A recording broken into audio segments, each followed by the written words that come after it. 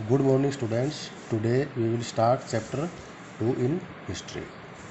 Chapter 2 New Kingdoms and New Kings and Kingdoms. Time period 700 to 1200 years ago AD. इस chapter में start करते हैं introduction से। New kings and kingdoms many, यानी इसमें introduction के कौन कौन से टॉपिक इस चैप्टर में। New kings and kingdoms many dynasties emerge after 7th century, यानी जो डायनेस्टी हैं रूलिंग फैमिली, यानी अलग अलग रूलिंग फैमिलीज इमर्ज होती हैं इस टाइम पीरियड में।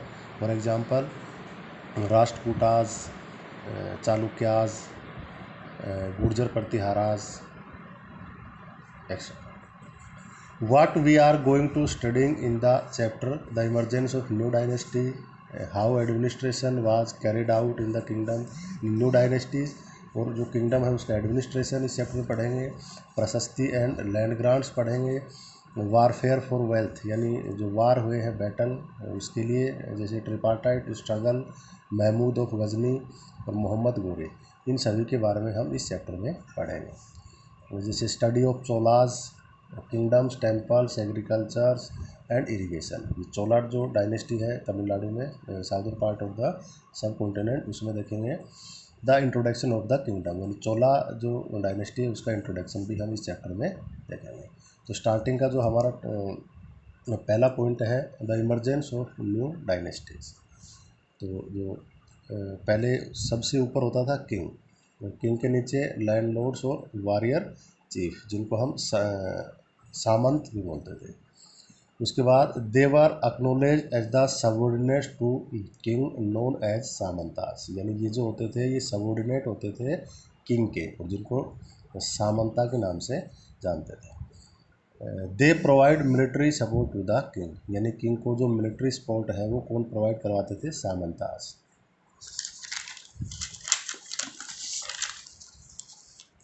Next, but situation change after the samantas gained power and wealth, यानी कभी कभी जो सामंत होते थे वो काफ़ी पावर गेन कर लेते थे और वो थ्रेट देते थे किंग को। अभी एग्जांपल में पढ़ेंगे हम इसके बारे में। दे डिक्लेयर दैमसेल्व एज महासामंतास, यानी पहले वो सामंत थे, अपने आप को डिक्लेयर कर लेते थे एज ए महासामंता, यानी बड़ा सामंत, एंड महामंडलेश्वरा, यानी जो उसका जो रीजन होता है उसका पूरे रीजन का महामंडलेश्वर।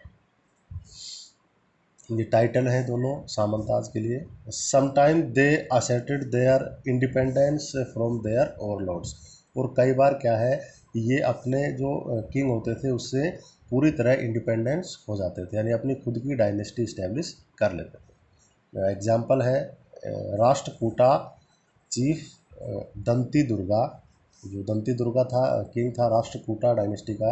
Rashtrakutas were under the Chalukyas of Karnataka, पहले किसके अंडर थे ये? चालुक्या डायनेस्टी के, और अपनी अलग की खुद इंडिपेंडेंस डायनेस्टी बनाई दंती दुर्गा ने। टाइम पीरियड था राष्ट्रकूटा डायनेस्टी का 700 to 900 AD। ये जो राष्ट्रकूटा जो डायनेस्टी है इसका जो एरिया है, ये पूरा एरिया राष्ट्रकूटा डायनेस्टी के अंडर था, ये पूरा, यानी कर्नाटका का कुछ पार्ट, कुछ महाराष्ट्र है, ये पूरा। In the mid 8th century Danti Durga overthrew his Chalukya overlord and performed a ritual called Hiranyagarbha the golden womb. एक रिचुअल परफॉर्म की उसने, जिसका नाम था हिरण्यगर्भा। हिरण्यगर्भा का मतलब है गोल्डन वोम, यानी जो सोने की कोख होती है ना, गर्भ। और क्यों किया था ये हिरण्यगर्भ रिचुअल, क्यों होता था? देखिए, it was a ritual performed by non Kshatriyas to become Kshatriyas और रूलर्स, यानी जो पहले जो 4 वर्णाज हमने पढ़े थे, ब्राह्मण, क्षत्रियाज, वैश्याज एंड शूद्राज, तो जो क्षत्रियाज के बारे में हमने पढ़ा था ये सारे कौन होते थे? वॉरियर्स एंड मिलिट्री में होते थे सारे, Kings and their military commanders, और जो सारे जो, यानी इनका काम था प्रोटेक्शन का। तो अगर कोई क्षत्रिय ना हो फिर भी रूलर बने तो उसके लिए क्या करना पड़ेगा? हिरण्यगर्भा एक रिचुअल है, परफॉर्म है, यज्ञ टाइप में हम कह सकते हैं, वो करना पड़ेगा। तो उसने किया, हिरण्यगर्भा दंती दुर्गा ने it was important to be Kshatriyas in order to become a ruler, यानी कोई अदर जो वर्णा से रिलेटेड है, अगर उसको रूलर बनना है, वो रूलर बनना चाहता है, तो उसको सब क्षत्रिय बनने के लिए क्या करना पड़ेगा, हिरण्यगर्भा ritual. Man from enterprising families, यानी जो इंटरप्राइजिंग यानी ट्रेडर मर्चेंट फैमिली से बिलोंग करने वाले लोग भी, जिनको हम वैश्यास बोलते हैं, also became rulers establish there kingdoms, यानी ये भी रूलर बने। जैसे एग्जांपल के लिए कदम्बा मयूर शर्मन, ये रूलर है जो वैश्या वर्णा से रिलेटेड है। And the Gurjar Pratihara dynasty का रूलर है हरिश्चंद्रा वर ब्राह्मण, यानी ये हरिश्चंद्रा कौन था, ब्राह्मण था, और कदम्बा मयूर शर्मन कौन था, वैश्यास था। तो यानी ये भी रूलर बन सकते थे, कोई भी बन सकता था। उसके लिए एक हिरण्यगर्भा जो रिचुअल है उसको परफॉर्म करना पड़ता था। आगे, they give up their traditional professions and took to arms, यानी इन्होंने अपने जो ट्रेडिशनल प्रोफेशंस थे उनको छोड़ दिया और हथियार उठा लिए, यानी क्या बन गए, क्षत्रियाज बन गए। Established kingdom in Karnataka and Rajasthan, जो कदम्ब डायनेस्टी है ये इधर है, देखो ये इसी में है, लेकिन ये जो टाइम पीरियड है ये अलग अलग होता है। और ये गुर्जर प्रतिहारा है, हरिश्चंद्र वाला है, ये राजस्थान में भी है गुर्जर प्रतिहारा। तो इन्होंने अपनी खुद की डायनेस्टी स्टैब्लिश की, किंगडम स्टैब्लिश किया, लेकिन ये क्षत्रिय नहीं थे, नॉन क्षत्रियाज थे। नेक्स्ट टॉपिक है एडमिनिस्ट्रेशन इन द किंगडम, यानी जो किंगडम है, बड़ा लार्ज किंगडम होते थे, उनका एडमिनिस्ट्रेशन कैसे किया जाता था। जैसे आज हमारा कंट्री का एडमिनिस्ट्रेशन कैसे किया जाता है, तो कंट्री डिवाइड है स्टेट्स में, स्टेट डिवाइड है डिस्ट्रिक्ट में, और सभी के अलग अलग ऑफिसर्स होते हैं। यानी स्टेट लेवल पे governor, chief minister, district level पे कलेक्टर, डीसी वगैरह, यानी सारा एक एडमिनिस्ट्रेटिव डिवीज़न है। तो इसी तरह पहले भी इतना अच्छा तो नहीं था, लेकिन फिर भी करते थे।